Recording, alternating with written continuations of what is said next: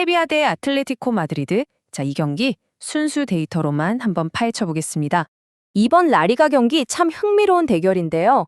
과연 순수한 데이터가 이길까요? 아니면 이 절박한 현실이 이길까요? 객관적인 전력 지표랑 팀의 생존이 걸린 특수 상황이 말 그대로 정면으로 충돌하는 그런 경기입니다. 그래서 첫 번째 파트가 바로 데이터 대 상황입니다. 보통 데이터는 명확한 결과를 딱 가리키잖아요.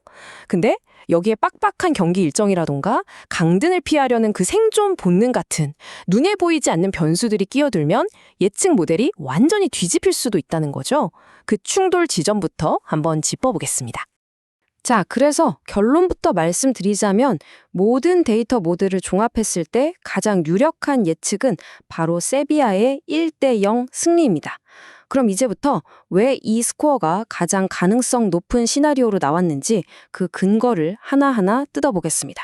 이번 분석은 이런 순서로 진행해 볼 건데요. 먼저 데이터와 현실 상황이 어떻게 부딪히는지 보고요. 그 다음엔 양 팀의 거시 지표를 깊게 파고들 겁니다. 그리고 동기부여가 얼마나 큰 변수가 되는지, 또 핵심 선수가 빠졌을 때 전력이 어떻게 조정되는지 살펴본 다음에 이 모든 걸 종합해서 데이터가 보여주는 최종 시나리오까지 확인해 보겠습니다. 자, 그럼 두 번째 섹션, 거시 지표 심층 분석입니다.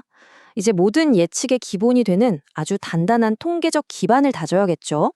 지금부터 두 팀의 최근 30경기 데이터를 아주 꼼꼼하게 비교 분석해 볼 텐데요.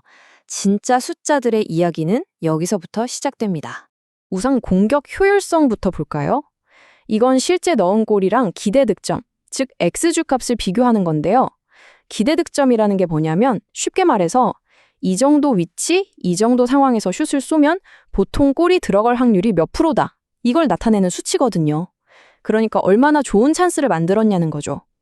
이 지표에서 세비야가 아주 살짝 앞서네요. 수치를 한번 보세요. 세비야가 플러스 5.8, 아틀레티코는 플러스 4.0입니다. 이게 무슨 말이냐면 두 팀 다 만들어낸 기회보다 실제로 골을 더 많이 넣었다는 거예요. 근데 특히 세비야는 어려운 상황에서도 어떻게든 골을 만들어내는 우리가 흔히 말하는 클러치 능력이 더 뛰어나다는 걸 이 데이터가 딱 보여주고 있는 거죠. 자, 공격을 봤으니 이제 수비 쪽으로 넘어가 볼까요? 여기서는 실제 실점하고 기대 실점, XGA를 비교해 볼 건데요. 이건 반대로 상대팀한테 얼마나 위협적인 찬스를 내줬냐는 거겠죠? 이걸 보면 와, 이야기가 완전히 정말 180도 달라집니다. 아틀레티코의 플러스 5.4라는 수치, 이거 정말 압도적이죠. 데이터상으로는 실점했어야 할 골보다 5골 이상을 덜 먹혔다는 뜻이거든요. 이건 거의 전적으로 월드 클래스 골키퍼의 미친 선방 덕분이라고 봐야 합니다. 반면에 세비야는 마이너스 0.8, 오히려 기대치보다 실점이 더 많았어요. 근데 이 슬라이드에서 정말 재밌는 포인트는 아틀레티코의 이 엄청난 수치가 역설적으로 단 한 명의 선수에 대한 의존도가 얼마나 큰지를 동시에 보여준다는 겁니다. 자, 이제 세 번째 섹션, 동기부여 벡터로 넘어가 보겠습니다. 방금까지 본 순수한 데이터가 실제 경기장에서 선수들의 움직임과 만나면 어떻게 변할까요? 바로 이 지점에서 눈에 보이지 않는 동기부여라는 힘이 측정 가능한 아주 중요한 변수로 작용하게 됩니다. 보세요. 강등권하고 승점 차이가 단 2점입니다. 세비야한테 이 경기는 그냥 1승이 아니라 말 그대로 생존이 걸린 문제예요. 이 절박함, 이게 데이터로도 측정됩니다. 홈에서 반드시 이겨야 한다는 그 압박감 때문에 선수들의 활동량이 평소보다 15%에서 많게는 20%까지 폭발적으로 늘어날 걸로 예측됩니다.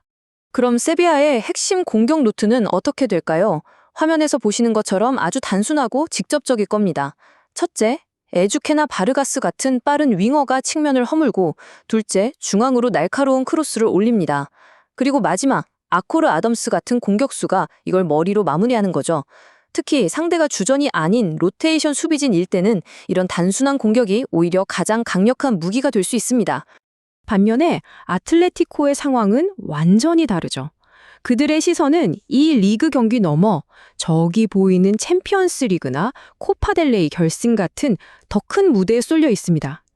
목표가 분산되어 있으니 이 경기에 100%를 쏟아붓기가 어려운 상황이라는 거죠. 자, 그렇다면 아틀레티코 중원의 심장이라고 할 수 있는 선수를 빼면 어떻게 될까요?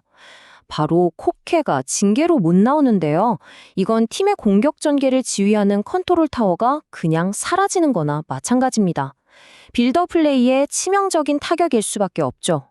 자, 이제 네 번째 섹션입니다. 결장 및 전력 보정. 지금까지 우리가 분석한 모든 데이터를 한순간에 무용지물로 만들 수도 있는 가장 결정적인 변수, 바로 양 팀의 핵심 선수 결장 문제를 지금부터 숫자로 한번 따져보겠습니다. 양팀 모두 심각한 전력 누수가 있어요. 세비야는 리안주와 마르캉이 빠지면서 중앙 수비에 큰 구멍이 생겼죠. 하지만 아틀레티코의 문제는 솔직히 더 심각해 보입니다. 아까 말했던 월드클래스 골키퍼 오블락, 그리고 중원의 지휘자 코케. 이 둘은 말 그대로 팀의 골문과 허리를 책임지는 척추 라인이거든요. 척추가 빠지는 겁니다. 데이터 모델에 따르면 오블락과 코케, 이 두 선수의 이탈만으로 아틀레티코의 수비 안정성과 중원 장악력이 무려 30% 이상 급감할 것으로 분석됩니다. 자, 여기서 가장 결정적인 포인트가 바로 이겁니다. 아까 우리가 봤던 아틀레티코의 그 모든 통계적 우위가 바로 이 30%라는 단 하나의 변수 때문에 의미가 크게 희석된다는 사실이에요. 자, 드디어 마지막 5번째 섹션. 데이터 기반 시나리오입니다. 지금까지 분석한 거시지표, 동기부여, 그리고 이 결정적인 결장 변수까지. 이 모든 걸 종합했을 때 우리 데이터 모델은 과연 어떤 결과를 예측하고 있을까요? 가장 확률 높은 2가지 시나리오를 지금 바로 공개합니다. 확률 분포를 한번 보시죠. 가장 높은 확률을 차지한 건 42%의 세비야 승리입니다. 그 뒤를 38%의 무승부가 아주 바짝 쫓고 있고요. 아틀레티코의 승리 확률은 20%로 가장 낮게 나왔습니다. 이걸 다시 말하면 세비야가 이기거나 비길 확률이 80%에 달한다는 얘기죠. 가장 유력한 첫 번째 시나리오는 바로 세비야의 1대0 진흙탕 승리입니다. 아까 분석했듯이 챔피언스리그나 코파델레이에 더 집중해야 하는 아틀레티코는 이 경기에서 무리하기보다는 선수 보호를 우선시할 가능성이 높고요. 오블락과 핵심 수비가 빠진 약화된 수비진이 실점할 가능성은 매우 높다고 봐야죠. 이 진흙탕 승리가 어떤 그림이냐면요. 경기 초반에 아코르 아담스가 어떻게든 한 골을 먼저 터뜨립니다. 그리고 그 다음부터는 홈 관중의 열광적인 응원을 등에 업고 말 그대로 골문 앞에 버스를 세우고 필사적으로 리드를 지켜내는 그런 그림입니다. 그리고 두 번째로 가능성 높은 결과는 1대1 무승부입니다. 이 시나리오는 한마디로 요약하면 세비야의 불안한 수비와 아틀레티코의 전력 누수라는 양팀의 약점이 서로를 상쇄시키면서 결국 승부를 가리지 못하는 경우라고 할 수 있습니다. 이 시나리오는 이렇게 흘러갑니다. 먼저 중앙 수비가 헐거워진 세비야가 셀로루트 같은 강력한 피지컬의 공격수를 감당하지 못하고 한 골을 먼저 내줘요. 하지만 경기 막판으로 갈수록 다른 대회 준비로 체력이 떨어진 아틀레티코의 집중력이 흐트러진 틈을 타서 아주 혼전 상황 속에서 터진 세트피스 골로 세비야가 극적인 동점골을 만들고 귀중한 승점 1점을 챙기는 그림입니다. 오늘 영상 역시 최근 흐름과 핵심 데이터를 바탕으로 꼼꼼하게 승무패를 예측해보았습니다. 채널을 응원해주시는 슈퍼생스는 더 질 좋은 분석을 제공하는 데 큰 원동력이 됩니다. 제가 준비한 분석은 참고용으로 활용해주시고 최종 선택은 구독자님들의 날카로운 판단에 맡기겠습니다.